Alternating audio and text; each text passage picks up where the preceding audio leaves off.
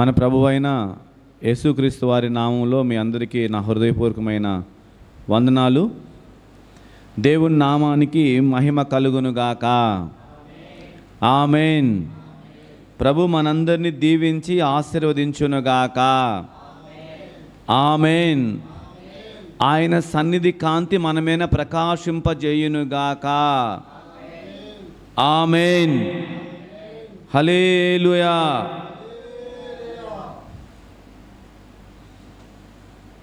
ఒక వాక్యాన్ని మనం చదువుదాము. ఇర్మియా పుస్తకంలో నుంచి. ఇర్మియా పుస్తకం 4వ అధ్యాయము 22వ వచనాన్ని అందరూ కూడా తీసి పెట్టుకోండి. ఇర్మియా గ్రంథం 4వ అధ్యాయము 22వ వచనములో ఉన్నటువంటి ఒక మాటను నేను చదువుతున్నాను. మీరు అందరూ కూడా తీసి చూడండి.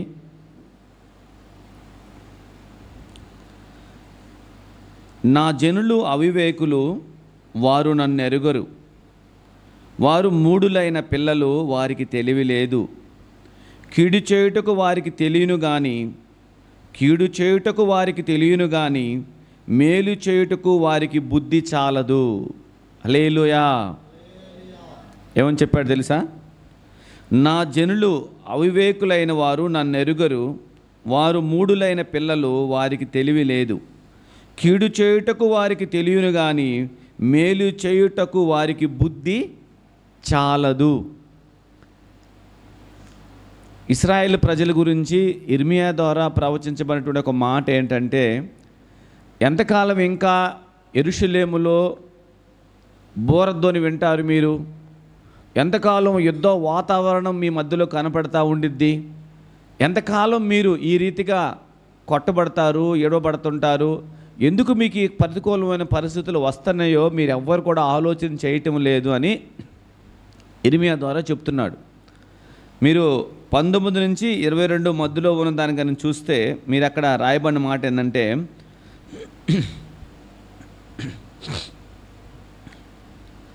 నా కడుపు నా అంతరంగములో నాకెంతో వేదనగా ఉంది. నా గుండె నరములు నా గుండె కొట్టుకొనుచున్నది. తాళలేను నా ప్రాణమా, బాకానాదం వినపడుచున్నది గదా. యుద్ధ ఘోష నీకు వినపడుచున్నది గదా. కీడు వెంట కీడు వచ్చుచున్నది. దేశమంతా దోచుకొనబడుచున్నది. నా గుడారములను హఠాత్తుగా నిమిషములో నా డేరాల తెరలు దోచుకొనబడుచున్నవి. నేను ఎన్నాళ్ళు ధ్వజమును చూచుచుండవలను, బోరధ్వని నేను ఎన్నాళ్ళు వినుచుండవలను. నా జనులు అవివేకులయ్యారు అని చెప్తూ వచ్చారు. ఎందుకంటే బాకానాదం అంటే దేనికి సాదృశ్యం అంటే యుద్ధానికి సాదృశ్యం.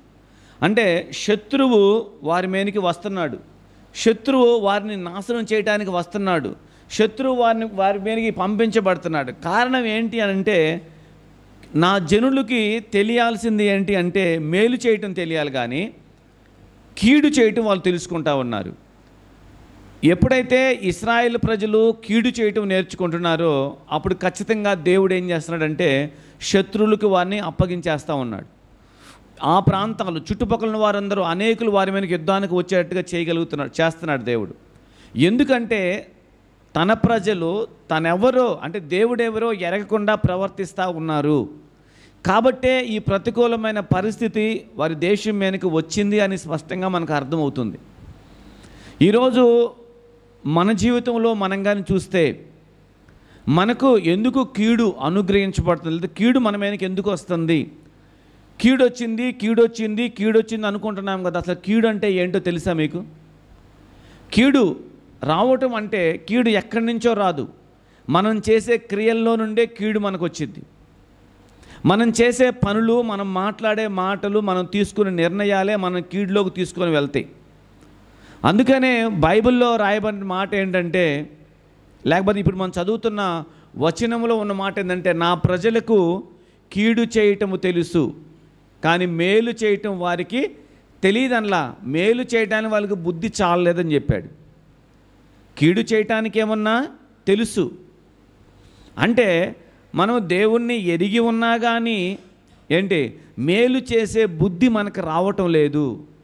మేలు చేసే స్వభావం మనకు లేదు, మనకి కీడు చేయటమే బాగా తెలుసు అని అర్థమవుతుంది.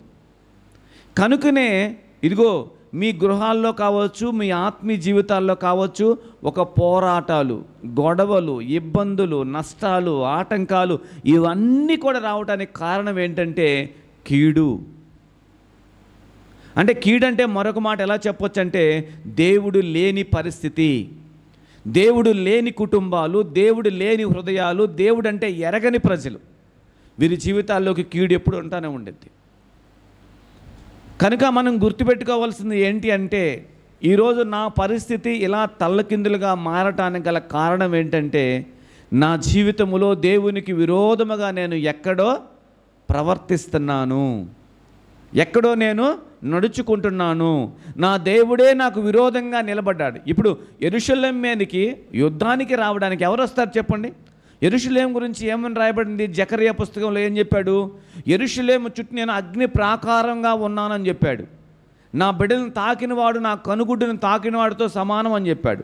మరి అలాంటి వారి మీదకి శత్రువు ఎందుకు వస్తున్నాడు? శత్రువు రావాల్సిన అవసరం ఏంటి అని అంటే ఒకటే, దేవుడికి విరోధముగా వారు నడుస్తున్నారు అని ఆ అధ్యాయంలో మీకు కనపడుతుంది. ఎక్కడంటే మీరు 4:14 చూస్తే, 4:14 ఇర్మియా 4:14 చదివితే అక్కడ ఏమని చెప్పాడు తెలుసా?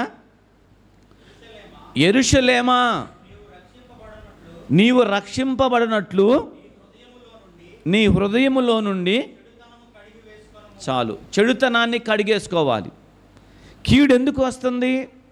కీడు ఎందుకు పదే పదే నా కుటుంబం మీదకి వస్తుంది? నా వ్యక్తిగత జీవితంలో నేను ఈ విధంగా ఉన్నాను అని మనం అనుకునే ముందు ఏమంటున్నా అంటే నువ్వు రక్షింపబడేటట్లుగా నీ హృదయములో ఉన్న కీడు నువ్వేం చేసుకోవాలి? తొలగించుకో. ఎప్పుడైతే మన హృదయంలో కీడు అనేది ఉండిద్దో దేవుడికి మనకు విరోధంగా ఉంటాడు. దేవుడికి విరోధంగా మనం అయినప్పుడు శత్రువు చేతికి మనల్ని అప్పగిస్తాడు. కీడు అనేది మన జీవితంలో రాకుండా ఉండాలి అని అంటే మనం ఏం చేయాలి తెలుసా?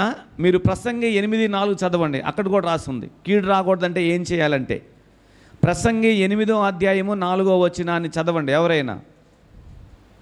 8:4 చదువు కాలేష్. 8వ అధ్యాయం 4వ వచనం. రాజుల ఆజ్ఞ అధికారము కలిగినది, నీవు చేయుచున్న పని ఏమని రాజుతో చెప్పగలిగిన వాడెవరు? ఏంటి? ధర్మమును ఆచరించు వాడికి కీడేమీ రాదు. గుర్తుపెట్టుకోవాలి ఒకటే మాట. ఏమంటున్నాడు? నీకు కీడు రాకూడదంటే ధర్మాన్ని ఆచరించు. అంటే ఎవరైతే ధర్మాన్ని ఆచరించరో వారి జీవితాల్లో కీడు అనేది వస్తుంది. అది చెప్పాల్సిన అవసరం లేదు. అందుకనే రాజుతో నువ్వు ఇలా చేసే వెంటనే చెప్పగలిగే వాళ్ళు ఎవరున్నారు? రాజుకి దేవుడు ఇప్పుడు ఎందుకయ్యా నా జీవితంలో కీడు అనుగ్రహించావా అని నేను అడగగలుగుతామా? అడగలేం కదా. అందుకే ఆయన ఏమంటా అంటే ధర్మాన్ని ఆచరించండి. అంటే ధర్మం అంటే ఏంటి? దేవుని మాట ప్రకారంగా మీరు ఉండండి, దేవుని మాటను బట్టి మీ జీవితాలను కట్టుకోండి. దేవుడు ఎలా ఉండమన్నాడు అలా మీరుంటే మీ జీవితంలోకి కీడు అనేది రాదు. కీడు రాదు మన జీవితంలో. కీడు వస్తుంది అంటే మనం గుర్తుపెట్టుకోవాలి. ఒక ప్రతికూలమైన పరిస్థితులు మనతో ఉన్న వాళ్ళే మనకు శత్రువులు అవుతున్నారంటే, మనం చేస్తున్న పనులు మనం వెనకబడిపోతున్నామంటే, ఎంత కష్టపడినా ఎంత మనం ముందుకు పరిగెత్తుతున్నా ఏమి ప్రయోజనం రావట్లేదంటే ఎక్కడో సంథింగ్ జరిగింది, ఎక్కడో కొంచెం జరిగింది తప్పు. ఒకసారి వెనక్కి తిరిగి ఆలోచన చేయటం నేర్చుకోవాలి. ప్రభా, ఎక్కడ నేను తప్పు చేశాను? ఎక్కడ నేను దేవునికి విరోధంగా ప్రవర్తించాను? ఎక్కడ నేను దేవునికి ప్రతికూలమైనది ఏదైనా చేశానా, మాట్లాడానా, విన్నానా అని నేను ఆత్మ విమర్శ చేసుకోవాలి. ఎందుకంటే కీడు రాబోతుంది. కీడు మీరు ఆ అధ్యాయం చదవండి, మీరు చూడండి ఎలాంటి కీడు యెరూషలేము మీదకి రాబోతుందో అనేది చాలా భయంకరమైన పరిస్థితి అన్నమాట. ఎందుకు వచ్చింది అని కానీ మీరు చూస్తే 4వ అధ్యాయం 2వ వచనం చదవండి. 4వ అధ్యాయం 2వ వచనంలో చెప్పాడు. ఏమన్నాడు? ఇర్మియా గ్రంథం 4వ అధ్యాయము 2వ వచనాన్ని కనుక మీరు చూస్తే, సత్యాన్ని బట్టి, న్యాయమును బట్టి, నీతిని బట్టి, యెహోవా జీవము తోడని ప్రమాణము చేసిన ఎడల జనములు ఆయన యందు తమకు ఆశీర్వాదము కలిగిద్దని అనుకుంటారు.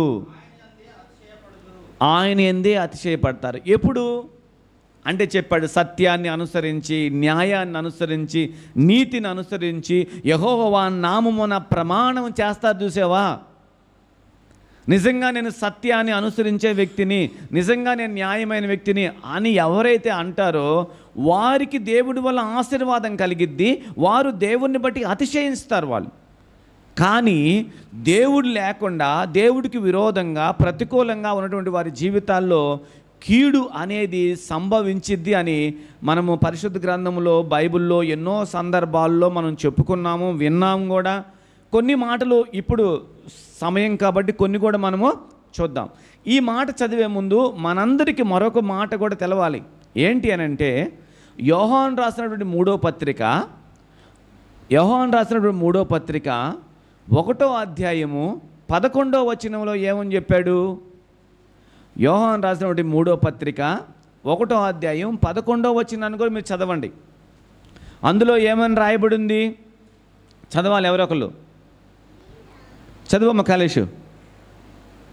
యోహాను రాసిన 3వ పత్రిక 1:11. ప్రియుడా, చెడు కార్యములు కాక మంచి కార్యాలను అనుసరించి నడుచుకోండి. చదువు. మేలు చేసేవాడు దేవుని సంబంధి, కీడు చేసేవాడు దేవుణ్ణి చూచినవాడు కాడు. చూసారా ఏమని చెప్తున్నాడు యోహాను? ఏమని చూసావా? ప్రియుడా, ప్రియుడా, చదువు. ప్రియుడా, చెడు కార్యాలను కాకుండా మంచి కార్యాలను మీరు అనుసరించండి. అంటే ఏంటి? మంచి కార్యాలు మన జీవితంలో ఉండాలి, చెడు కార్యాలు కాదు మన జీవితంలో ఉండాల్సింది అని చెప్తూ, మేలు చేసేవాడు దేవుణ్ణి ఎరిగినవాడు. అంటే ఎదుటివాడికి మేలు చేస్తున్నాం మనం అంటే దేవుడు ఎరిగినవాడు మాత్రమే ఆ మేలు చేయగలుగుతాడు. అంతేగాని దేవుని ఎరగనివాడు మేలు చెయ్యడు. అంటే ఏంటి అర్థం? కీడు చేసేవాడు ఎవరు అంటే దేవుడు ఎరగనివాడు. ఈరోజు మనం దేవుని మందిరానికి వచ్చి దేవుని మాటలు విని దేవుడి ప్రకారంగా ఉన్నామని చెప్తూ మనం కీడు చేసామనుకోండి, ఎవరి కోపం వచ్చిద్ది? చెప్పండి, ఎవరి కోపం వచ్చింది? దేవుడి కోపం వచ్చింది. దేవుడు నీకు విరోధైతే నిన్ను కాపాడేవాడు ఎవడు చెప్పండి? దేవుడు మనల్ని దీవించాలని, ఆశీర్వదించాలని, ఒక ఉన్నతమైనటువంటి మేలు మనకు దయచేయాలని దేవుడు మనల్ని తన సన్నిధికి పిలిస్తే మనమేం చేస్తున్నాం తెలుసా? కీడు చేసి ఆ మేలుని కీడుగా మార్చుకుంటున్నాం మనం. అందుకే మీరు యెషయా గ్రంథం 1వ అధ్యాయంలోకి వస్తే, యెషయా గ్రంథం 1వ అధ్యాయంలో మీరు కానీ చూస్తే అక్కడ ఏమని రాయబడిందో మనందరికి కూడా తెలుస్తుంది.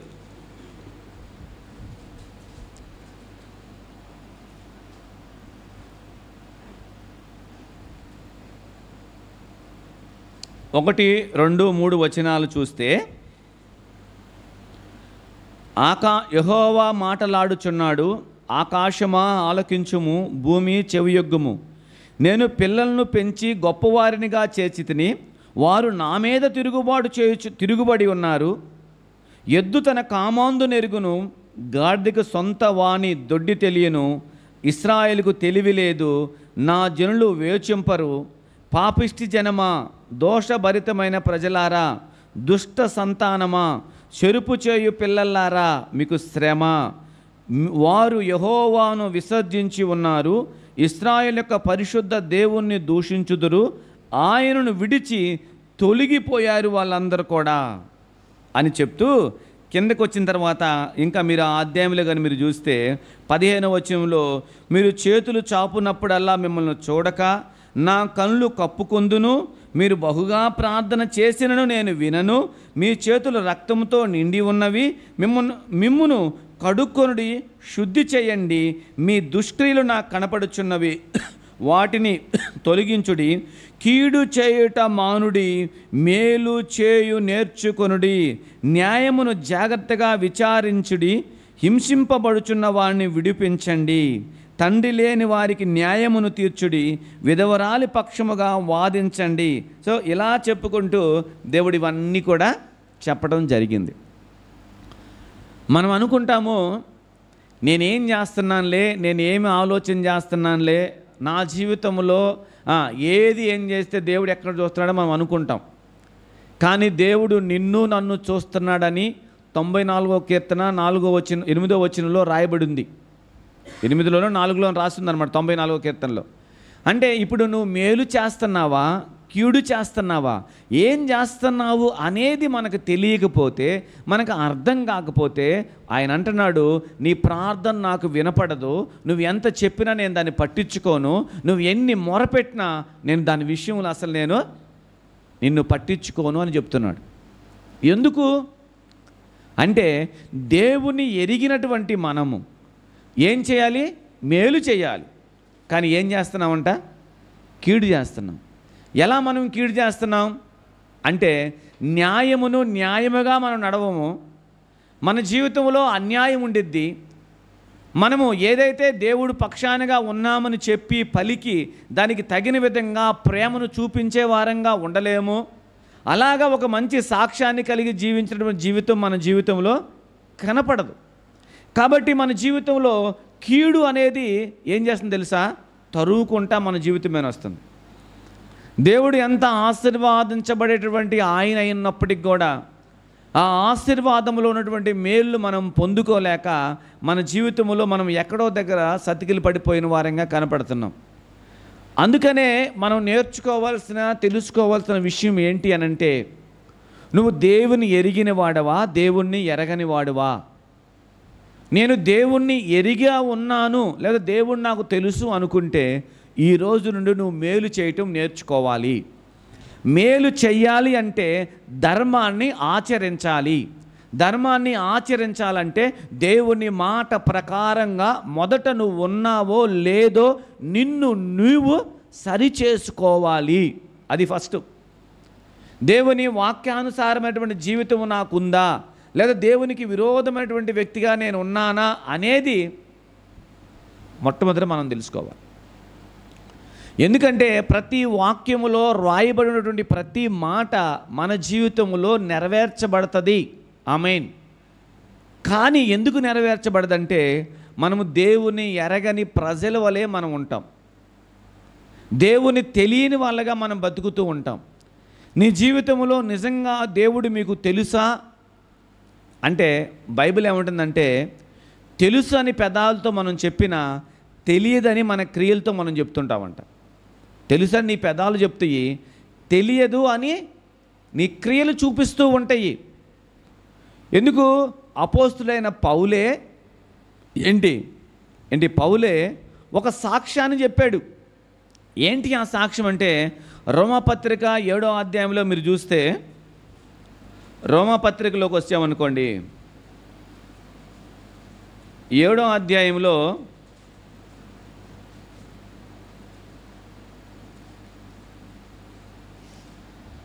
19వ వచనం, 20, 21, 22 వచనాలు కానీ మీరు చూస్తే, అందులో ఏమని చెప్తున్నాడు? రోమీయులు రాసిన పత్రిక 7వ అధ్యాయము 19వ వచనము, నేను చేయగోరు మేలు చేయక చేయగోరని కీడే చేయుచున్నాను. ఏమన్నాడు? మనం చదవండి, ఏమన్నాడు? అదే ఉందా మీ బైబిల్లో? ఏమంటున్నాడు ఆయన? నేను చేయగోరు మేలు చేయక, మీకు చదవని కొరవా? చెయ్యగోరని మేలు చేయక అంటే చెయ్యకూడని కీడుని నేను చేస్తున్నాను. నేను కోరన దాన్ని చేసిన ఎడల దాన్ని చేయునది నా యందు నివసించు పాపమే కానీ ఇక నేను కాదు. కాబట్టి మేలు చేయగోరువాడు ఏంటి? కాబట్టి మేలు చేయగోరు నాకు కీడు చేయుట కలుగుతున్నదన్న ఒక నియమము నాకు కనపడుచున్నది. అంటే ఏంటి అంటే, మన అంతరంగము లోపల మనకి మేలు చేయాలని అనిపిస్తూ ఉండిద్ది, కానీ మనము చెయ్యగోరని కీడే మనం చేస్తూ ఉంటాం వెళ్ళి. కారణం ఏంటంటే, సరిగా మన హృదయము లోపల కడగబడినటువంటి ఒక పరిస్థితి, సరిగా దేవునికి విరోధంగా ఉన్న మన జీవితంలో నుంచి పూర్తిగా మనం బయటికి రాకుండా కొంచెం వచ్చి కొంచెం వెళ్ళి, కొంచెం వచ్చి కొంచెం వెళ్ళి, కొద్దిసేపు ఆత్మీయంగా ఉండి, కొంచెం శరీరానుసారంగా ఉండి, అంటే పరిపూర్ణంగా మనం ప్రభువుని ఎరిగి పాపము లేని వారముగా ఉండేటట్లుగా లేవు. కాబట్టి ఏం జరిగిద్దనంటే, ఏదో ఒక సమయంలో మన మాట కీడుకి దారి తీస్తుంది, మన మాట కీడు చేసే పరిస్థితులకు మనల్ని పడేసింది. కాబట్టి మొట్టమొదట కీడు చేయటానికి కారణం ఏంటి అనంటే మన హృదయమే. మన హృదయము దేవుని వాక్యానికి పూర్ణముగా అప్పగించబడకుండా, ఏంటి, మన హృదయము పూర్తిగా కడగబడకుండా అపవిత్రతో మనం ఉన్నంత కాలము ఈ మేలు కీళ్ళు అనేవి మన జీవితంలో జరుగుతూనే ఉంటాయి. కొద్దిసేపు మనం ఆత్మీయంగా కనబడతాం, తర్వాత కొంచెం శరీరానుసారంగా కనబడతాం. కొంచెం లోకానుసారమైనది మనసు మనలోకి వచ్చినప్పుడు, ద్వేషము, ఈర్ష్య, అసూయలు మనలోకి వచ్చినప్పుడు మనం ఆటోమేటిక్గా కీడు చేసేవారంగా మనము మార్చబడతాం. ఎందుకంటే దేవునికి విరోధముగా చేసేది ఏదైనా కానీ ఏం చేసేది, మనల్ని కీడులోనికి తీసుకొని పోతుంది. మనందరికీ బాగా తెలుసు ఏంటి, ఇశ్రాయేలు రెహబాము కాలంలో చీలిపోయిన తర్వాత ఇశ్రాయేల్ అందరికి రాజెవరు? ఇశ్రాయేల్ రాజెవరు? యెరోబాము. యెరోబాముని రాజుగా చేసింది ఎవరు? దేవుడే కదా, దేవుడే రాజుగా చేసింది.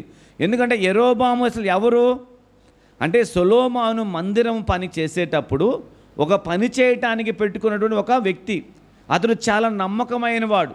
అలాంటి వ్యక్తిని దేవుడు, సొలొమోను దేవునికి విరోధంగా ఉన్నప్పుడు యెరోబాము అనే ఒక వ్యక్తిని లేపాడు. ఆ వ్యక్తిని ఇశ్రాయేలు 10 గోత్రాల వారికి రాజుగా పెట్టాడు. అవునా కదా? పెట్టిన తర్వాత ఎలాంటి కృతజ్ఞతా హృదయం కలిగి ఉండాలి ఆయన. కానీ ఆయన ఏం చేశాడు, ఎవరినైతే ఆరాధించాలో, ఎవరినైతే సేవించాలో వారికి బదులుగా ఆయన ప్లేస్లో 2 దూడలను చేసి పెట్టి, ఏంటి, లోకంలో ఉన్న మనుషుల్ని యాజకులుగా చేసి, ఏంటి, లోకానుసారమైనటువంటి ఒక ఆరాధన ఆ ప్రతిమల దగ్గర జరిగిస్తూ దేవుడికి విరోధముగా కీడు చేశాడు.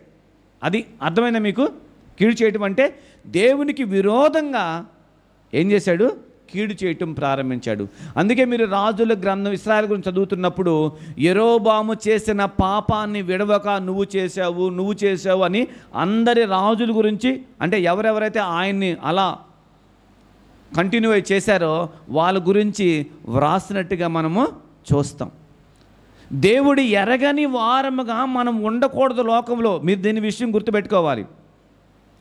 ఈరోజు మన పిల్లలైనా మనమైనా ఎవరైనా కానీ ఏంటి, వారు దేవునికి విరోధంగా ఉంటే మనం వాళ్ళలాగా విరోధంగా ఉన్నామనుకోండి, దేవుడు ముందు మొదట మనల్ని కొడతాడు.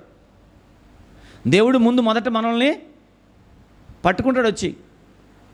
వాడంటే దేవుడు ఎరగని వాడు మాట్లాడినప్పుడు, ఎరిగిన నువ్వు కూడా అలా మాట్లాడుతున్నావేంటి అని దేవుని కోపం మన మీదకి వచ్చిద్ది. మనం అనుకుంటాము భక్తిలో మనం ఏదో వెళ్ళిపోతున్నాం ముందుకు అనుకుంటున్నాం మనం, కానీ మన జీవితం ఎంత ఆశీర్వదించబడుతుందని కూడా మనం చూసుకోవాలి. మన జీవితంలో దేవుడు మనకి ఎంత సమీపంగా ఉన్నాడనేది కూడా మనకు అర్థం అవ్వాలి. ఎందుకు అర్థం కావటం లేదంటే, అప్పుడప్పుడు మనం ఏం చేస్తున్నామంటే దేవుడికి విరోధమైన కార్యాలు చేయటాన్ని బట్టి దేవుడు మనకు దూరంగా వెళ్ళిపోతున్నాడు. ఎందుకు విరోధమైన కార్యాలు చేస్తున్నామంటే అది మన సహోదరులు కావచ్చు, మన కుటుంబంలో కావచ్చు, మరి ఎవరికైనా కావచ్చు, కీడు చేసే మనసు మనలోకి వస్తుంది కాబట్టి. ఇది మనకి రాకూడదు. కీడు చేసే స్వభావం మనకు రాకూడదు. మనం ఎప్పుడు ఏం చేయాలంటే కీడుని మన హృదయంలోకి రానివ్వకుండా చూసుకుంటూ ఉండాలి. అంటే నా మాటను బట్టి, నేను ఆలోచించే దాన్ని బట్టి, లేదా మరి ఏదైనా కానీ దేవుడికి నాకు దూరంగా చేసేది నాలో ఉంటే అది ఏమైపోతాను, నేను దేవునికి విరోధంగా ఉంటాను. నా జీవితం మీదకి శత్రువు దాడి జరుగుతుంది. సో కాబట్టి కీడు అనేది మన జీవితంలోకి రాకుండా ఉండాలంటే మొట్టమొదటిగా మనం తెలుసుకోవాల్సిన విషయం ఏంటంటే, నీవు ధర్మాన్ని ఆచరించేవాడివై ఉండాలి. అంటే నీ హృదయము వాక్యముతో నింపబడిందై ఉండాలి అని గుర్తుపెట్టుకోవాలి. కీడు చేయకుండా ఉండాలంటే ఏం చేయాలి? మీ హృదయం అంతా కూడా దేవుని వాక్యము చేత ఏమై ఉండాలి? నింపుకొని ఉండాలి. చెడుతనం అనేది కడిగివేయబడతా ఉండాలి.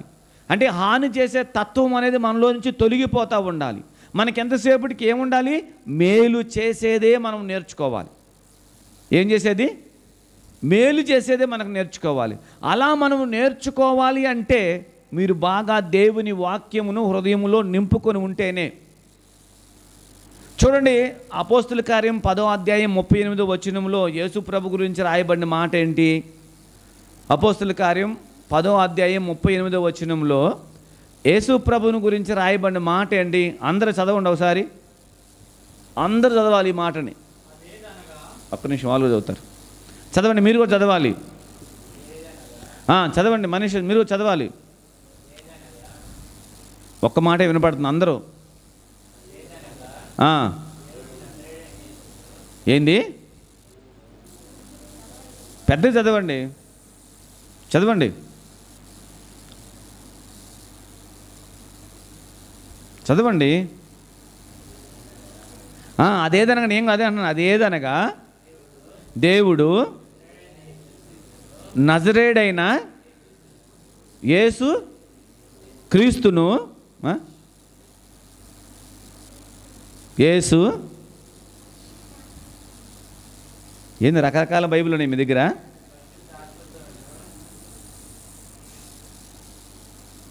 చదవండి సరిగా. మీ అందరికి అది కాలేజ్ కరెక్ట్ చదువు. కాలేజ్ అదేదనగా దేవుడైన యేసును పరిశుద్ధాత్మతోనూ శక్తితోనూ అభిషేకించున్నదే దేవుడు ఆయనకు తోడై ఉండెను గనుక అది ఆయన మేలు చేయుచు అపవాది చేత పీడింపబడిన వారందరినీ స్వస్థపరచుచు సంచరిస్తున్నాడు. మేలు చేయాలంటే ఏం చేయాలి? ఇందాకేం చెప్పి ధర్మాన్ని ఆచరించాలి. ఇప్పుడు ఏం చెప్తున్నాడు? మేలు చేయాలంటే దేవుడు మనకు తోడై ఉండాలి. అర్థమైందా? దేవుడు మనకు తోడై ఉండాలంటే మనం ఏం చేయాలి? యోహాను రాసిన సువార్త 8వ అధ్యాయము 29వ వచనం రాస్తుంది. దేవుడు మనకు తోడై ఉండాలంటే మనం ఏం చేయాలి? యోహాను సువార్త 8వ అధ్యాయం 29వ వచనం.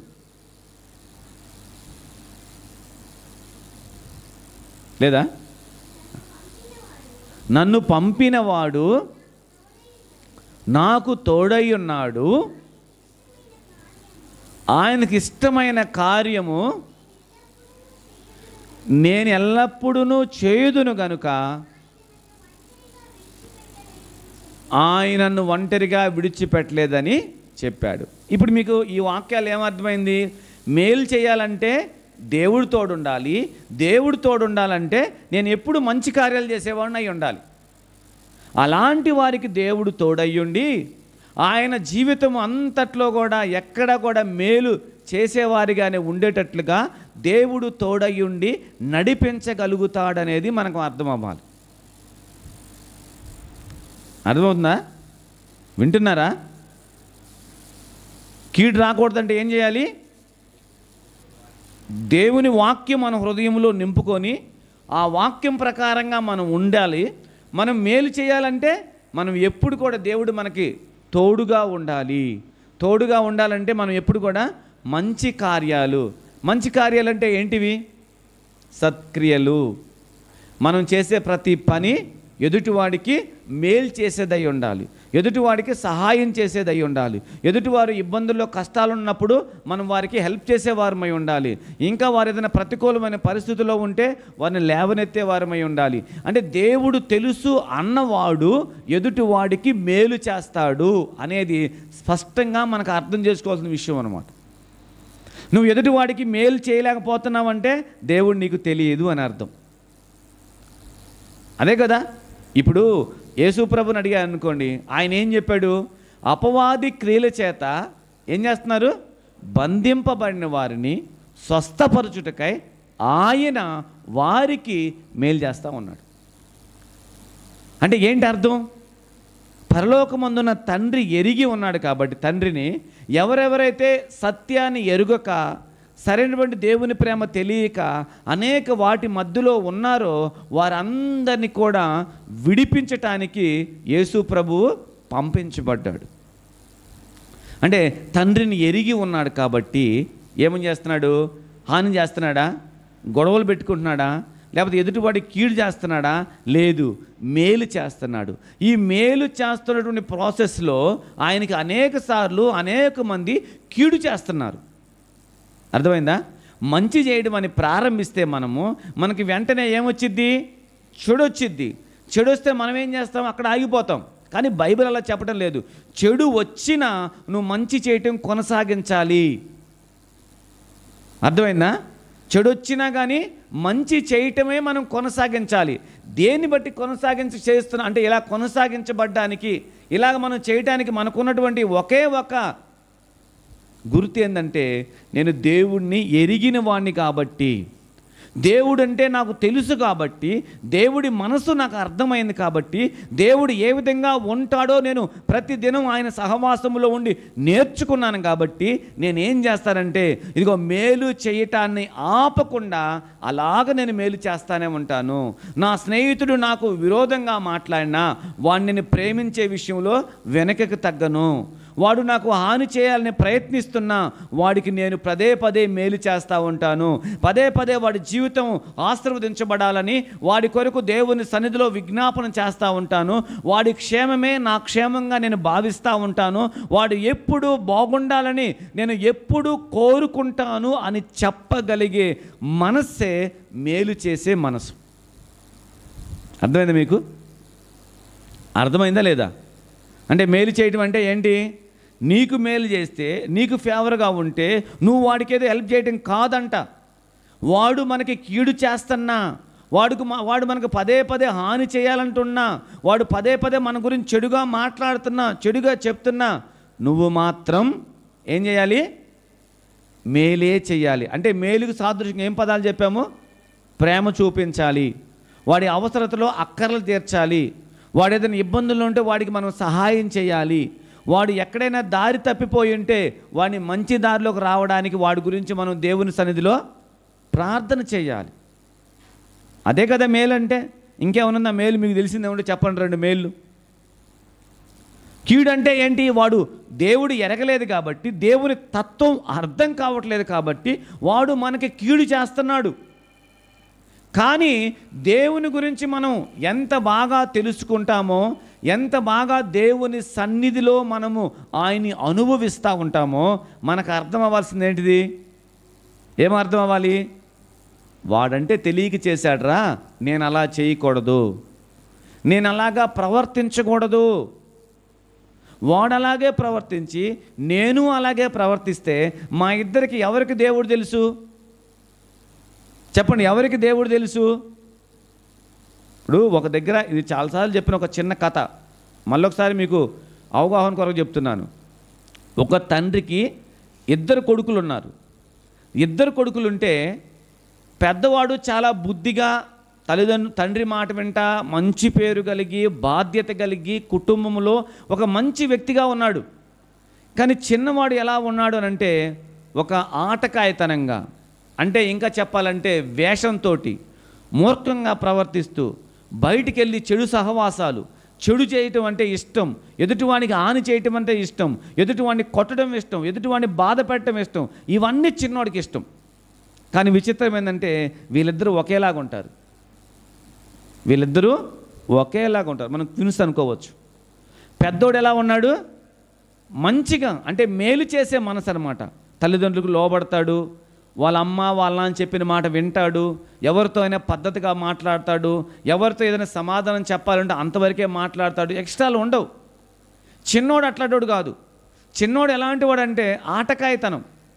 అంటే ఏంది, ఊరికే కొట్లాట్లకి వెళ్తాడు, చెడు అలవాట్లన్నీ వాడుకున్నాయి.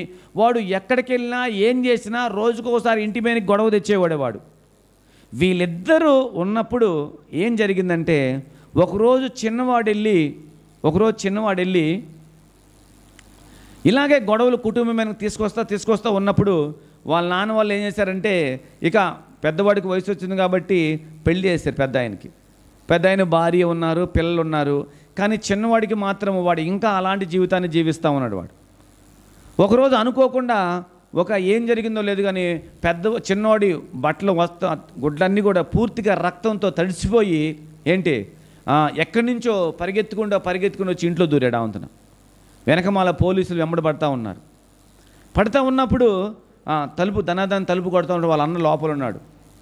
ఏం జరిగిందిరా, ఏం చేసావురా, ఏమైందిరా అడిగితే, అన్న కొంచెం ఆవేశంలో కోపంలో నేను ఒకరిని కొట్టానన్నా, వాడి రక్తం అంతా నా గుడ్ల నిండా పడిపోయి పూర్తిగా అంతా తడిసిపోయింది, వాడు చచ్చిపోయాడన్నా, పోలీసులు నన్ను వెంబడిస్తున్నారన్నా, ఏం చేయాలి నాకు అర్థం కాక పరిగెత్తుకుంటా ఈ ఇంట్లోకి వచ్చానన్నా అని చెప్పాడు. అప్పుడు మనమైతే ఏం చేసేవాళ్ళం, మనం ఎలా ప్రవర్తించేవాళ్ళం?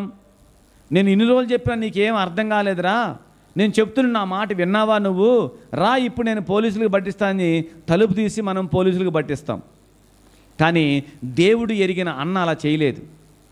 ఏం చేశాడంటే, తమ్ముడు ఇప్పుడు నువ్వు ఇంత ప్రమాదకరమైన పరిస్థితుల్లో ఉన్నావు కదా, నీ చొక్కా ప్యాంట్ ఇప్పేసేయి అని ఆ చొక్కా ప్యాంట్ ఇప్పించి ఈయన చొక్కా ప్యాంటు ఆయనకేసి వాడు చొక్కా ప్యాంటు వీనేసుకున్నాడు. ఇప్పుడు పెద్దోడే చిన్నోడయ్యాడు, చిన్నోడే పెద్దోడయ్యాడు. అయ్యాడా లేదా? ఇద్దరు ఒకేలాగా ఉంటారు. ఇప్పుడు రక్తంతో కూడిన బట్టలు ఎవరు వేసుకున్నారో పోలీసులు తెలుసా? తెలియదు. కానీ తమ్ముడికి తెలుసు, అన్నకు తెలుసు. ఆ బట్టలు తమ్ముడితో ఇప్పించేసి, తమ్ముడిని శుభ్రంగా మొహమంతా కడిగేసి వాష్ చేసుకొని నువ్వు నీట్గా ఉండని చెప్పేసి అన్న ఆ బట్టలు వేసుకొని తలుపు తీశాడు. పోలీసులు ఏదో తెలుసా, వెంటనే ఈయన్ని పట్టుకొని తీసుకొని వెళ్ళి జైల్లో వేసేశారు. జైల్లో ఎవరిని వేయాలి అసలు? ఎవరిని వేశారు? ఎందుకు వేశారు? అది ఆ కథ మీకు అర్థమైతే, ఆ ఉదాహరణ మీ హృదయంలో నింపబడితే, ఎవరు దేవుడిని ఎరిగిన వాళ్ళో ఎవరు దేవుడిని ఎరగని వాళ్ళో మనకు అర్థమవుతుంది.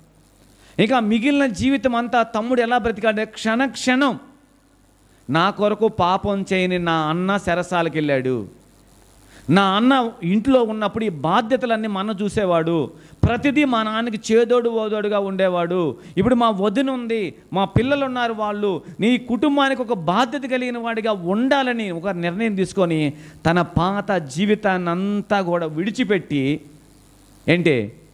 అన్నకు మారుగా తమ్ముడు అన్నయ్య, తండ్రికి పెద్ద కొడుకై ఆ కుటుంబ బాధ్యతలన్నీ మోస్తూ దేవుణ్ణి ఎరిగిన వాడిగా ఉన్నాడు. అది ఒక వ్యక్తి. ఇన్ని రోజులు వాళ్ళ అన్న చెప్పలేదా వాడికి, వాళ్ళ నాన్న చెప్పలేదా? చెప్పారు, కానీ వాడికి అర్థం కాలేదు. ఎప్పుడు అర్థమైంది? అమ్మో ఇక నా జీవితం అంతా నాశనం అయిపోయిందిరా బాబు, ఇక నన్ను తీసుకెళ్ళి చెరసాలు వేసి జైలు వేశారంటే, మరణశిక్ష వేశారంటే, ఖైదు వేశారంటే ఇక నా జీవితం అంతా నాశనం అయిపోయింది అనుకున్నాడు. కానీ ఆ భారం అంతా అదంతా కూడా ఎవరు వేసుకున్నారు? వాళ్ళ అన్న పైన వేసుకొని చెరసాలకు వెళ్ళాడు. ఆయన జైలు శిక్ష అనుభవిస్తున్నాడు. ఇక్కడ తమ్ముడు పాపం చేసినా కానీ మంచి జీవితాన్ని జీవించాడు. దీన్నే మేలు చేయటము అంటారు. అర్థమైందా మీకు? దీన్నే మేలు చేయటం అంటారు. మరి మీకు ఎంత అర్థమవుతున్నాడో దేవుడు అంటే, దేవుడు చూసేది ఏంటంటే నువ్వు ఎక్కడున్నావు అంటం లేదు, మేలు చేస్తున్నావా లేదా అంటున్నాడు. ఇప్పుడు చెరసాల్లో ఉన్నాడు ఆయన, చెరసాల్లో శిక్షను అనుభవిస్తున్నాడు, కానీ ఆయన సంతోషంగా ఉన్నాడు. ఎందుకు తెలుసా? నా తమ్ముడు మారాడు, నా తమ్ముడు మంచివాడుగా ఉన్నాడు, నా తమ్ముడు ఇప్పుడు బాధ్యత కలిగిన వాడుగా ఉన్నాడు, నా తమ్ముడు అన్ని విషయాల్లో ఇప్పుడు మా నాన్నకి చేదోడు ఓదోడుగా ఉండి అన్ని విషయాల్లో ఒక మాదిరికరమైన జీవితాన్ని జీవిస్తున్నాడు. ఎందుకంటే నాకేం కావాలి ప్రభువా, ఎందుకంటే నాకేం కావాలి? అని సరసాల్లో ఉన్న ఆయన సంతోషంగా ఉంటే, ఇంటిలో ఉండి విశాలంగా తిరుగుతున్న తమ్ముడు ప్రతి క్షణం చనిపోతానే ఉన్నాడు. ఎందుకు? నేను చేసిన తప్పు మనను జైల్లో వేసింది, నేను చేసిన తప్పు మన జీవితం ఇలా చేసింది, నేను చేసిన తప్పు ఈరోజు ఇలా. ప్రతి క్షణం ఆయన నరకాన్ని అనుభవిస్తూ ఉండి చివరికి ఈ జీవితం నాకు అవసరం లేదు అని ఒక మార్పు చెందిన వాడిగా కనపడ్డాడనేది ఇందులో మనకు అర్థం అవ్వాల్సినటువంటి ఒక విషయం. దేవుణ్ణి తెలవటం అంటే బైబిల్ బాగా చదవటం కాదు. దేవుణ్ణి తెలవటం అంటే ఎప్పుడు కూర్చొని మోకాలు ప్రార్థన చేయటం అని కూడా కాదు. అంటే ఇవి వద్దని కాదు. దేవుడు తెలుసు అంటే సహవాసానికి తప్పుపోకుండా ఇవన్నీ ఉండాలి. కానీ వీటన్నిటిలో నుంచి నువ్వు ఏమి నేర్చుకుంటున్నావు, వీటన్నిటిలో నుంచి దేవుడు ఏం అర్థమవుతున్నాడు నీకు అనేదే మనందరం తెలుసుకోవాలి. కానీ ప్రజెంట్ చేసుకోవడానికో మనుషులు కనపడడానికో మందిరానికి వెళ్ళవలసిన అవసరం లేదు. దేవుని యొక్క ఉత్తమమైన గుణాలు, దేవునిలో ఉన్న సాత్వికమైన తత్వము అది మనకు అర్థమైనప్పుడు మనము కీడు చెయ్యమన్నా మనం కీడు చేయలేం, మనం మేలే చేస్తాం. ఎందుకంటే నా దేవుని రక్తంతో నేను కొనబడ్డాను కదా, నా పాపపు జీవితానికి పరిహారంగా ప్రభు కలువరి సిలువలో ప్రాణం పెట్టాడు కదా, ఇంకా నాలో ఉన్న చేదైన వేరు నా జీవితంలో ఎక్కడికి వెళ్ళి మొలిసిద్ది? కారణం ఏంటి అని అంటే ఆయన్ని మనం ఎరిగిన వారముగా ఉండకుండా ఉంటున్నాం కాబట్టే కీడు అనేది మన జీవితంలోకి వస్తుంది, అపవిత్రత అనేది మన జీవితంలో వెంబడిస్తుంది. మనం దేవుని ఆశీర్వాదానికి పాత్రులుగా చెయ్యనివ్వకుండా ఏం చేస్తుంది తెలుసా? ఒక దుష్టత్వంలోకి తీసుకెళ్తుంది. అంటే కీడు చేయటం ఎవరి స్వభావం? దుష్టుడి స్వభావం. అది దేవుని స్వభావం కాదది. బైబిల్ ఏమంటుంది? కీర్తనల మొదటి దాంట్లో దుష్టుడి ఆలోచన చొప్పున మీరు నడవద్దు. ఈరోజు దేవుని పిల్లలకి విరోధంగా లేచి ఎంతోమంది కీడును తలపెట్టారు. పెట్టలేదా? మోర్దెకైకి ఎవరు హామాను కీడు తలపెట్టలేదా? పెట్టాడా లేదా? ఎవరు గెలిచారు? దుష్టుడైన హామాను అని బైబిల్ చెప్పింది. అంటే దేవుని పిల్లలకు విరోధముగా లేచేవాడు కీడు చేసేవాడు. ఈరోజు నువ్వు దేవుని పక్షానగా ఉండి నువ్వు కూడా అలాగే ఉంటే ఏంటి అర్థమవుతుందా మీకు? తెలుస్తుందా కీడంటే ఏంటో, మేలంటే ఏంటో? ఈరోజు మీ నోట నుంచి వచ్చే మూర్ఖమైన మాటలు, చేయమున్నా చేయకుండా మీ ఇష్టానుసారంగా మీరు జీవించే జీవితం, ఎలాగైతే దేవుడికి లోబడి ఉండాలో తెలియక అర్థం కాకుండా ఇష్టానుసారంగా జీవిస్తున్న జీవితం ఒకరోజు మనల్ని కీడులోనికి తీసుకొని వెళ్ళొద్దని మనం గుర్తుపెట్టుకోవాలి. ఒకరోజు మనము కీడులో పడిపోతామని మనకు అర్థం అవ్వాలి. ఎందుకంటే దేవుని మార్గం నాకు కనపడుతున్నప్పుడు, దేవుని మార్గం పదే నేను వింటున్నప్పుడు ఇంకా నా మనసు అనేది మేలు చేయాలన్న ఆలోచనల వైపు కాకుండా కీడు చేసే మనసునే కోరుకుందంటే, కొంతమంది చూడండి తనకు నష్టం కలిగిద్ది అనుకుంటే ఏదైనా మాట్లాడతారు, ఎంత దూరమైనా వెళ్తారు, వాళ్ళు ఎవరినైనా కాదనుకుంటారు. కానీ దేవుడు అలాంటి వాడు కాదు. దేవుడు ఎరిగినవాడు అలా ఉండకూడదు. దేవుడు ఎరిగినవాడు ఎలా ఉండాలి అని మీరు అందరికీ అనుకుంటే ఒక మాటని మీరు చదవండి.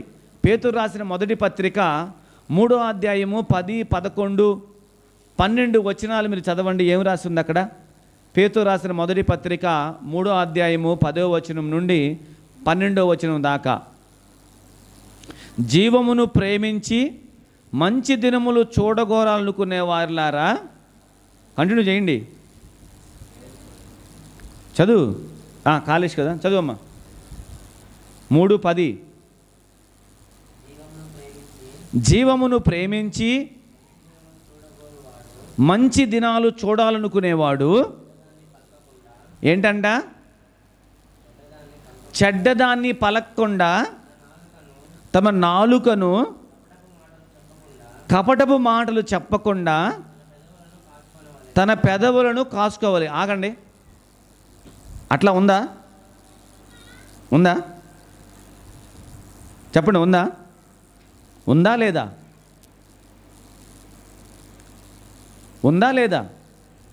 ఎన్ని చెప్పట్లేదు కపటపు మాటలు? ఎక్కడికి వెళ్ళారంటే ఎక్కడికి వెళ్ళామని చెప్తారు మీరు? చెప్పండి, ఎక్కడికి వెళ్ళారని చెప్తారు మీరు? వెళ్ళేది ఒక దగ్గరికి, చెప్పేది ఇంకో దగ్గరికి కదా. అవునా కదా?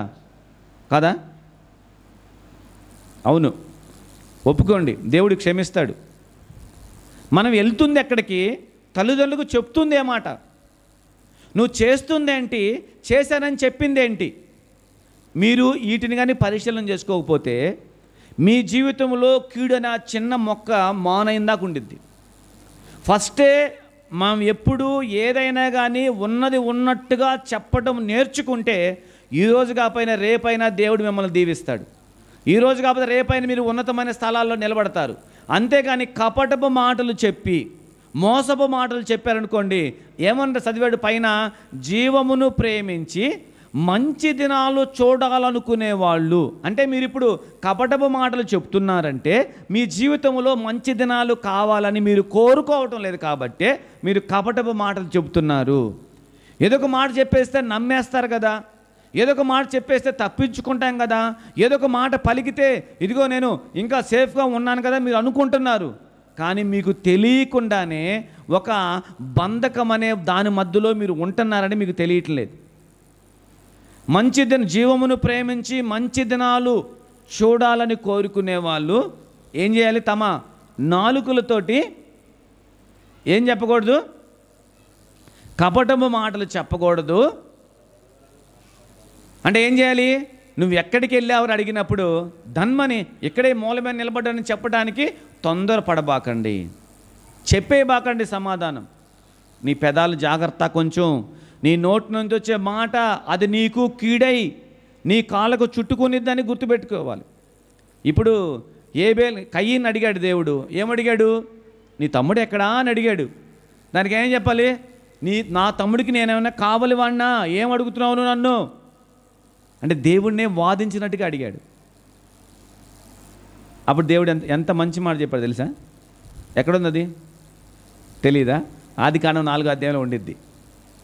అది తెలియకపోతే తెలియదు అని చెప్పాడు, అంతేగాని తెలుసు అన్నాడా? అనలేదు. అందుకే మనసును అంటే కొంచెం ఎక్కడో దగ్గర కొద్దిగా ఇది. ఆదికాండం 4వ అధ్యాయంలో 1 నుంచి ఏముంది?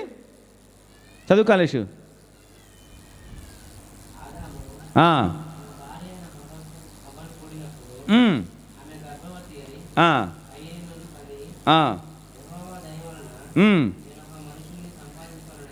అనెను.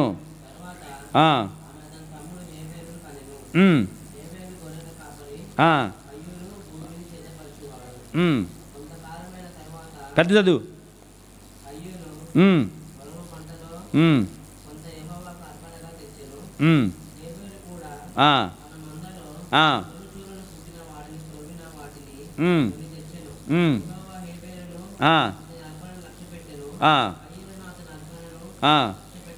లక్ష్య పెట్టలేదు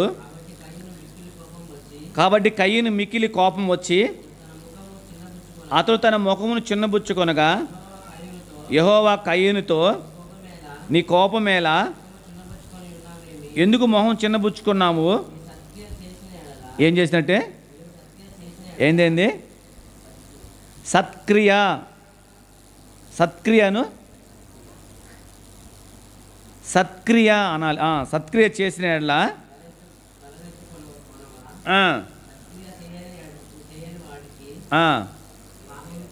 చాలే, చదివి అలసిపోయాడు ఆయన. ఇంకా చదివి అలసిపోయాడు.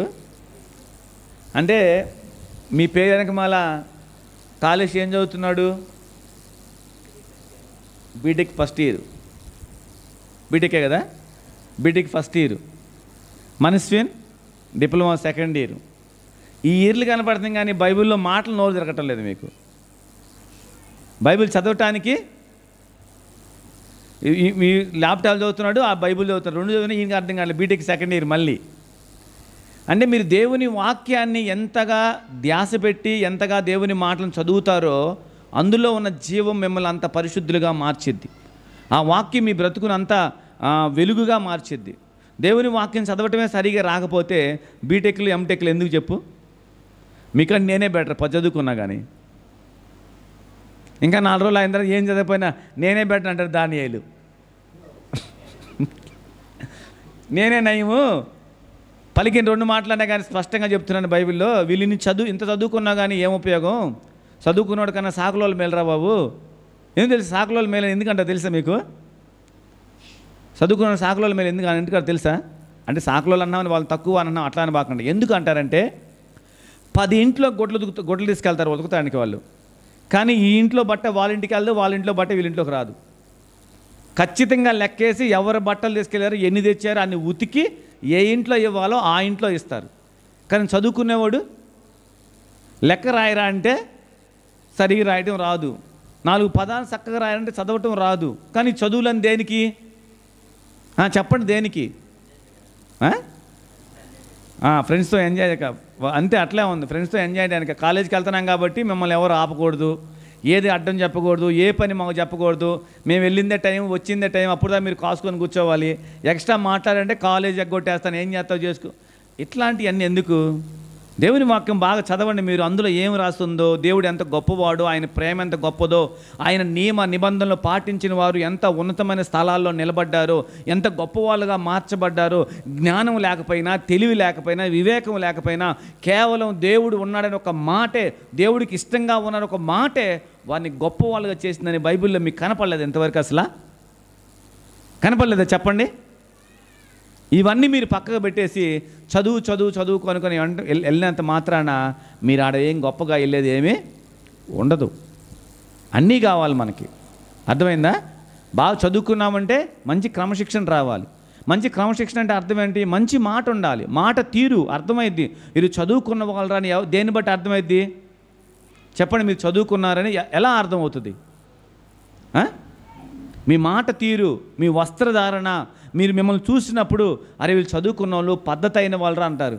అంతేగాని ఇంకా నేను అనను, మీరే వర్ణించుకోండి. మీరు ఎట్లాగంటే అట్లా మీరుండి మేము చదువుకునే వాళ్ళని మీరు చెప్పుకోవచ్చు, చూసే వాళ్ళకి అర్థం కాదు. అదే అందుకే అన్నాడనమాట, మీరు దేవుని పిల్లలని ఎలా అర్థం అవ్వాలి? మీ మేలును బట్టి, మీరు చేసేటటువంటి దాన్ని బట్టి అర్థమైంది వీళ్ళు నిజంగా దేవుని పిల్లలు రా బాబు, దేవుడిని ఎరిగిన వాళ్ళరా వీళ్ళు అని చెప్తారు. అప్పుడు ఏంటి? దేవుడు మనల్ని ఇంకా దీవిస్తాడు, మనల్ని ఇంకా ఆశీర్వదిస్తాడు. సరే మనం సబ్జెక్టుకి వెళ్దాం. కయ్యను ఏమనాలి? ప్రభా తెలియకే తప్పు చేశాను, ఆవేశంలో మా వాడిని కొట్టాను, వాడు చచ్చిపోయాడు అనాలి కదా. ఏమన్నాడు? నేను మా వాడికి ఏమన్నా. అందుకే ఆయన ఏమనంటే నీకు కోపం ఎలా? కోపం ఎందుకు వచ్చింది చెప్పండి అసలు? కయ్యని కోపం రావడానికి రీజన్ ఏంటి? దేవుడు ఏమైనా గిల్లాడా గిచ్చాడా? దేవుడు ఏమైనా గిల్లాడమ్మా గిచ్చాడా? ఓ దెబ్బ కొట్టాడా కయ్యన్ని? ఏమనలా.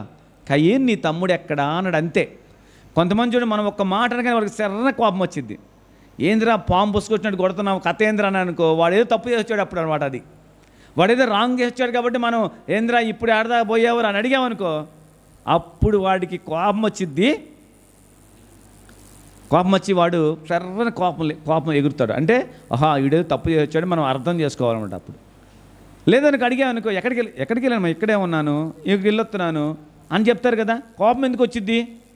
కయ్యను ఎందుకు కోపడ్డాడు అంటే తప్పు చేశాడు కాబట్టే దేవుడు అడిగాడురా అని కోపం. ఏమని తెలుసా? ఏమన్నాడు? నా తమ్ముడు ఎక్కడున్నా నాకేం తెలుసు, నేనేమో వాడికి ఏమన్నా కాపలా వాడినా, నేనేమన్నా లేకపోతే వాడికి ఏమన్నా వాచ్మెన్గా పెట్టావు నువ్వేమన్నా? అప్పుడు దేవుడు సత్క్రియ చేసిన ఎడలా, చదవండి, నీవు సత్క్రియ చేసిన ఎడలా, చదివేమా 5-6 ఎంత? 9 చదువు. యెహోవా నీ తమ్ముడైన హేబేలు ఎక్కడున్నాడని అడగగా అతడు నేను ఎరుగను. అంటే వాళ్ళ తమ్ముడు ఎక్కడున్నాడో తెలియదా? ఇద్దరు అన్నదమ్ములు ఉన్నప్పుడు వాళ్ళ తమ్ముడు ఎక్కడున్నాడో తెలియదా? తెలుసు కదా. నా తమ్ముడికి నేనేమన్నా కావాలి వాడినా?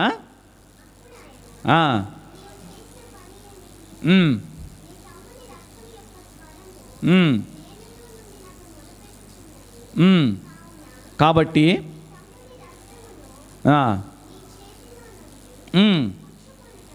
పుచ్చుకొనుటకు ఉండకుండా నువ్వు శపించబడిన వాడిగా అవుతావు. చాలమ్మ. ఎందుకు వచ్చింది ఆయనకి అంత పని? ఎందుకు వచ్చింది? దేవుణ్ణి ఎరిగినటువంటి ప్రజలు, తన తమ్ముడిని చంపి ఏ విధంగా మళ్ళీ కప్పుపుచ్చుకుంటుంటే దేవుడు మాట్లాడిన మాటకి ఆయనకి కోపం వచ్చిందంట. ఈరోజు మనం కూడా మీరు గుర్తుపెట్టుకోండి, మీరు చెప్పే మాట మాకు తెలియకపోవచ్చు, నేను చెప్పే మాట మీకు తెలియకపోవచ్చు, కానీ దేవుడికి తెలుసు. నీ మాటను బట్టే నీ కీడు వచ్చిద్దని, నీ ప్రవర్తన బట్టే నీ మీదకి ఏదైనా వచ్చిద్దని, నువ్వు చక్కగా ఉంటే, నువ్వు సరిగా ఉంటే దేవుడిని ఎప్పుడు కూడా కాపాడుతానే ఉంటాడు, ఎప్పుడు నీతోనే ఉంటాడు. కానీ మనం అనవసరమైన వాటి విషయాల్లో తలదూర్చి లేనిపోని అన్నీ కళ్ళబుచ్చి కబుర్లు అంటారు కదా, ఉన్నదొకటి లేనిదొకటి కల్పించి 1-4 సార్లుగా నమ్మేటట్టుగా మనం చెప్పి తప్పించుకున్నాం అనుకోండి. ఇప్పుడు తప్పించుకోవచ్చు, కానీ ఒకరోజు నీ కొరకు ఉచ్చు రెడీగా ఉండిద్ది. అది ఎప్పుడు మీరు మర్చిపోవద్దు. అందుకే చెప్పాడు, మీరు మంచి దినాలు చూడాలనుకుంటే మొదట మీరు చేయాల్సిందంటే మీ పెదవులతోటి కపటమైన మాటలు పలకబాకండి. తర్వాత ఏం చెప్పాడు? తర్వాత ఏం చెప్తున్నాడు? అదే పేతురు పత్రిక, 1 పేతురు పత్రిక 3వ అధ్యాయం 10వ వచనం, 10, 11, 12లో చదివావు తల్లి ఇందాక. 11 చదువు. అతడు కీడు నుండి తొలగిపోయి మేలు చేయవలెను, సమాధానమును వెదకి దాన్ని వెంటాడవలెను. ప్రభు కన్నులు నీతిమంతుల మీదను, ఆయన చెవులు వారి ప్రార్థనల వైపు ఉన్నాయి. కానీ ప్రభు ముఖము అది కీడు చేసేవాడికి విరోధంగా ఉంటుందంట. ప్రభు మొహం ఎప్పుడు కూడా, దేవుడు ఎప్పుడు కూడా మేలు చేసేవాడి వైపు చూస్తాడు, కానీ కీడు చేసేవాడి వైపు చూడడు. ఈరోజు మీరున్న పరిస్థితిలో మీరు ఎక్కువ కీడుకే విలువిస్తున్నారు కాబట్టే దేవుడు మన జీవితాలను పట్టించుకోవటం లేదు. దేవుడు మనకి విరోధంగా నిలబడి ఉన్నాడు, దేవుడు మనకి వ్యతిరేకంగా ఉన్నాడు. కాబట్టే మన జీవితంలో మనకి సంతోషం లేదు, సరిగా ఉన్నతమైన ఆశీర్వాదం లేదు. ఎక్కడికి వెళ్ళినా చాలిన పరిస్థితి. కొద్దిసేపు బాగుంటే కొద్దిసేపు బాగుండము, కొద్దిసేపు సంతోషం అయితే కొద్దిసేపు దుఃఖము, ఆ ఇబ్బంది ఈ ఇబ్బంది, ఆ కష్టం ఈ కష్టం. మన జీవితంలో అన్నీ మనల్ని వెంటాడుతూ ఉంటాయి. కారణం ఏంటంటే ప్రభు విరోధంగా ఉన్నాడేమో మనకి. దేన్ని బట్టి? నీ పెదవులు మాట్లాడిన కపటమైన మాటలను బట్టి, నువ్వు చెప్పిన అబద్ధాలను బట్టి, నువ్వు చేసిన మోసాన్ని బట్టి. అంటే నువ్వు ఎట్లాగైతే తప్పించుకుందామని మాట్లాడుతున్నామో ఆ మాటలంట మనకి కీడుని తెచ్చిపెడతాయి అంట. బైబిల్లో యేసుప్రభు సువార్త చెప్పిన మాట ఏంటంటే, నీ మాట అవునంటే అవును, కాదంటే కాదన్నట్టే ఉండాలి. అంతకు మించి మీరు మాట్లాడిన మాటలు అవి అపవాది మాటలే అని చెప్పాడు. వ్యర్థమైన మాటలు మాట్లాడుకుంటున్నారు, వీటి వల్ల మనుషులకి ఏ లాభం కలిగిద్దని బైబిల్ చెప్తుంది. అంత్య దినాల్లో మనుషులు ఏమవుతారంటే అపాయకరమైనటువంటి పరిస్థితుల మధ్యలోకి వెళ్ళటానికి కారణం ఏంటంటే వాళ్ళు దురద చెవులు కలిగిన వారై సత్యానికి విరోధంగా భిన్నమైన మాటలు మాట్లాడుకుంటూ ఉంటారు. కాబట్టి సత్యం వారి పెదాల్లో లేదు, కాబట్టి వారు ఏమవుతారంటే కీడులో పడిపోతారు. సో ఇలాగా మనం చెప్తూ వెళ్తే ఎన్నో మన జీవితంలో ఉన్నాయి. వాటన్నిటిని మనం తొలగించుకొని కీడు నుండి మనం ఏమవ్వాలి? బయటికి రావాలి. కీడులో మనం ఉన్నామంటే, కీడు మన మీదకి వస్తుందంటే దేవుడు మనకి విరోధంగా ఉన్నాడు. ఇంకా దేవుడు మన జీవితంలో సమాధానపరచబడ్డం లేదు అంటే మనము సత్యానికి విరోధంగా మాట్లాడిన వారంగా ఉండాం, నీతి లేని వారంగా ఉన్నాం, యథార్థంగా లేని వారంగా ఉన్నాము. కాబట్టే ఇంకా కీడు అనేది మన మీదకి వస్తూ ఉంది. కీడు మన మీదకి రాకూడదంటే ధర్మాన్ని ఆచరించమని చెప్పాడు. దేవుడు మీకు తోడుగా ఉండాలని చెప్పాడు.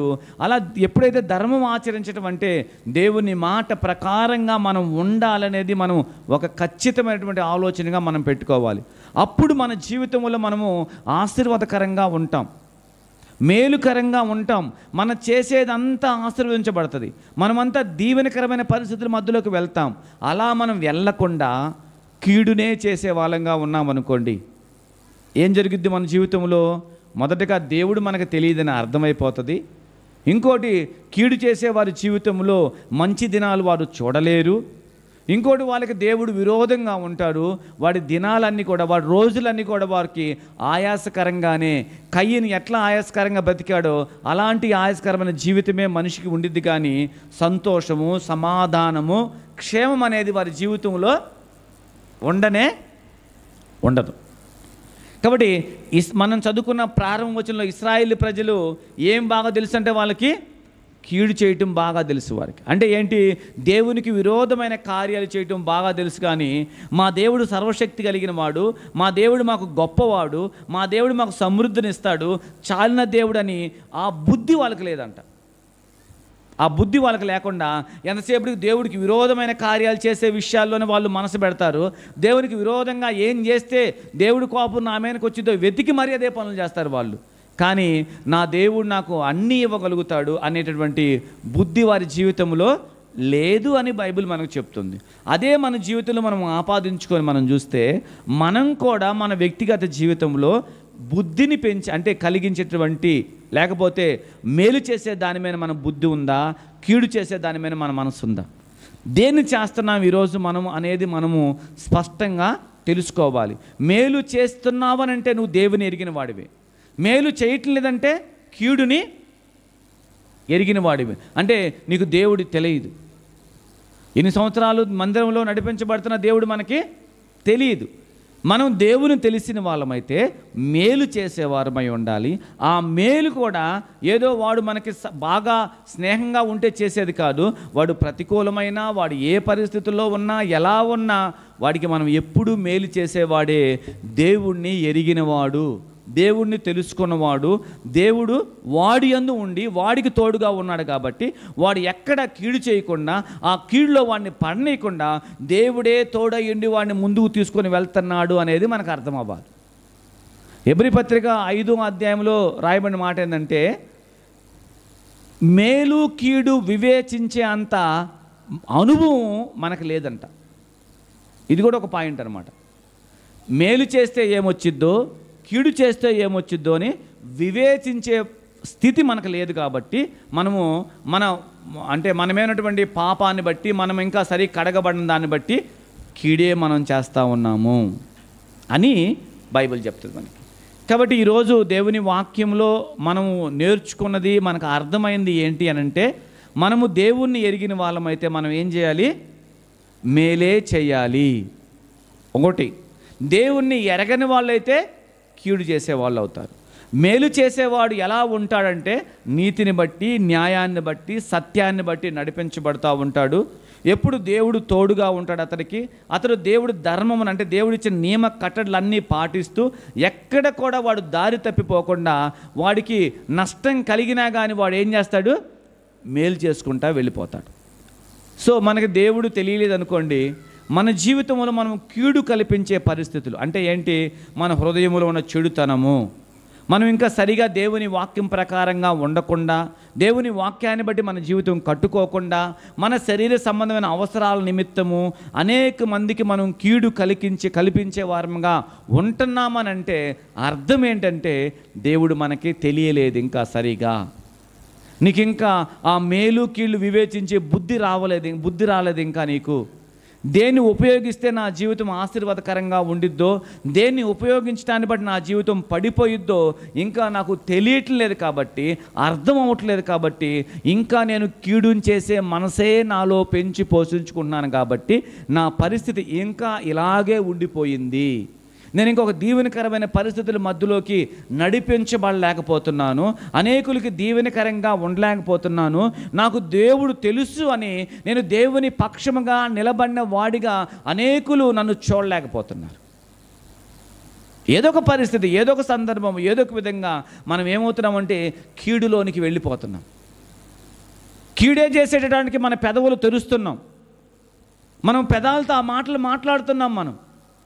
సో అసలు కీడు చేయడానికి కారణం ఏంటో తెలుసు? అసలు నీ హృదయం కఠినపరచుకోవటమే. దానికి ఒక ఉన్నటువంటి ఏమంటారంటే కనెక్టింగ్ పదం అనమాట. కీడు ఎందుకు వచ్చిందంటే హృదయం కఠినమైతే కీడు వచ్చింది. నీ హృదయం మెత్తనైంది అనుకో, నీకు కీడు చేయాలని ఆలోచన రాదు.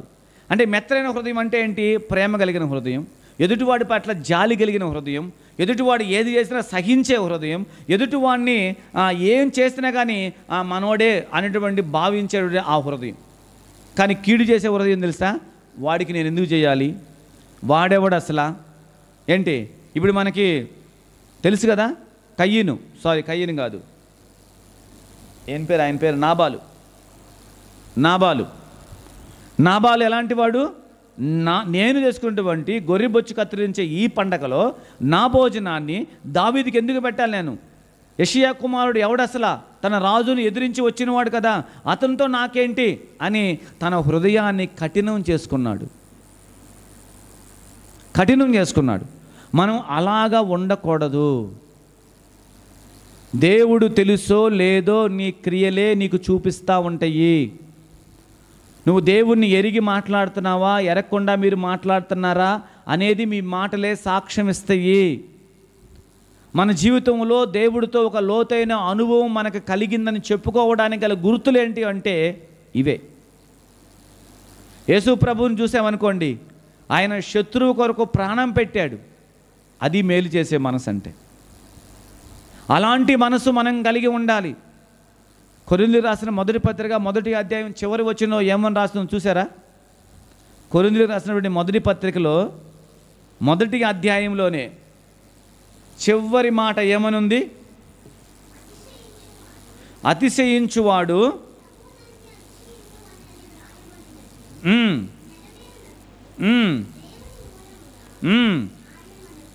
ఆయన మనకు జ్ఞానమును, నీతియు, పరిశుద్ధతయు, విమోచన అయి ఉన్నాడు. 2వ పత్రిక చివరి వచనం, 2వ పత్రిక కొరింథీయులకు రాసినటువంటి మొదటి పత్రిక 2వ అధ్యాయము 16వ వచనం అన్నమాట. ప్రభు మనస్సు ఎరిగి ఆయనకు బోధింపగలిగిన వాడెవడు? మనమైతే క్రీస్తు మనస్సు కలిగిన వారము. అర్థమైందా? 1 కొరింథీ పత్రిక 1వ అధ్యాయము చివరి వచనం కాదు, 1 కొరింథీ పత్రిక 2వ అధ్యాయము చివరి వచనం అన్నమాట. ఏమనున్నాడంటే అక్కడ, ప్రభు మనస్సు ఎరిగి ఆయనకు గలవాడెవడు? మనమైతే క్రీస్తు మనస్సు కలిగిన వారము. అంటే మనకు ఎలాంటి మనసు ఉండాలంట? క్రీస్తు మనస్సు, ఆయన కలిగిన మనస్సు. అంటే ఏంటిది? మేలు చేసే మనస్సు. మనము ఎక్కడ ఉన్నా, దేవుని పిల్లలు ఎక్కడున్నా నేర్చుకోవాల్సింది ఏంటంటే మేలు చేయటం నేర్చుకోవాలి. మేలు చేయటమే నేర్చుకోవాలి. అందుకే చాలామంది జీవితాల్లో చూడండి, వారు ఉన్నా లేకపోయినా వారి పరిస్థితులు ఏదైనా కానీ ఎదుటివాడికి సహాయం చేసే పనిలోనే ఉంటారు వాళ్ళు. ఇది ఎవరి మనసు అంటే ఇది దేవుని మనసు. ఇప్పుడు దేవుని ఎరగని వాడు ప్రతికూలంగా మన పట్ల ప్రవర్తిస్తున్నాడు అనుకో, వాడికి ఏం చేయాలి? ఎక్కువ ప్రేమను చూపించాలంట, వాడి పట్ల ఎక్కువ శ్రద్ధ పెట్టాలంట, వాడి గురించి ప్రార్థన చేయాలంట, వాడిని పట్టించుకోవాలంట. వాడికి దేవుడి ప్రేమ తెలిసేదాకా మనం వాళ్ళని వదిలిపెట్టకూడదంట. కానీ మనం చేస్తున్నామా? మన జీవితంలో ఉందా ఇలాంటి లక్షణం? మనకేదైనా కొంచెం తేడా రాగానే మనం ఆ వ్యక్తితోటి అంటే ఎందుకురా బాబు అంటే ఏమవుతుందంటే ఆటోమేటిక్గా మన హృదయం కఠినమైపోతుంది. అక్కడ మన హృదయం స్పందించటం లేదు, అక్కడ మన హృదయం కలిసి ఏకీభవించి ముందుకు వెళ్ళటం లేదు. ఎక్కడో దగ్గర మనం ఇదేంద్రా బాబు, ఇట్లా చేస్తున్నాడేంటి, ఇట్లా ఉన్నాడేంటి, ఇలా నడుస్తున్నాడేంటి, ఇలా చెప్తున్నాడేంటి అని ఎక్కడో దగ్గర మన జీవితంలో మనము ఏం చేస్తున్నామంటే ఏకీభవించని హృదయం కలిగి ఉంటున్నాము. అందుకే కీళ్ళలోకి వెళ్ళిపోతున్నాం. రోమపత్రికలో చెప్తాడు, ఏడ్చేవారితో మీరు ఏడవండి, నవ్వేవాడితో మీరు నవ్వండి. ఏది చేసినా సంఘంలో మీరందరూ మనసు కలిగి చెయ్యాలి. ఆమేన్. కాబట్టి మన జీవితంలో మనకి కీడు రాకూడదు అంటే మనం ఏం చేసేవారమై ఉండాలి? మేలు చేయాలి. ఆలోచించండి కూర్చొని, నా జీవితంలో నేను ఎవరికైనా కానీ విరోధంగా మాట్లాడానా, వ్యతిరేకంగా మాట్లాడుతున్నానా, కాని దాన్ని చేస్తున్నానా, నష్టం చేసేదాన్ని చేస్తున్నానా, వాడు చెప్పినా వినకుండా నా ఇష్టం వచ్చి నేను చేస్తున్నానా అనేది మనం తెలుసుకొని సరిచేసుకొని ప్రభుతో సమాధానం పడితే ఖచ్చితంగా మనం చేసే ప్రతి కార్యక్రమము అభివృద్ధి పరచబడుతుంది. ప్రతి దాంట్లో మనం దీవెన చూడగలుగుతాము. మనం 10 మందికి ఆశీర్వాదకరంగా ఉండగలుగుతాము. 10 మంది మనల్ని బట్టి ప్రభువుని సొంత రక్షకుడిగా అంగీకరించేలాటువంటి ఒక మంచి జీవితము మనకి ప్రభువు ద్వారా అనుగ్రహించబడుతుంది. దేవుడి మాటలను దీవించునుగాక. ఆమేన్.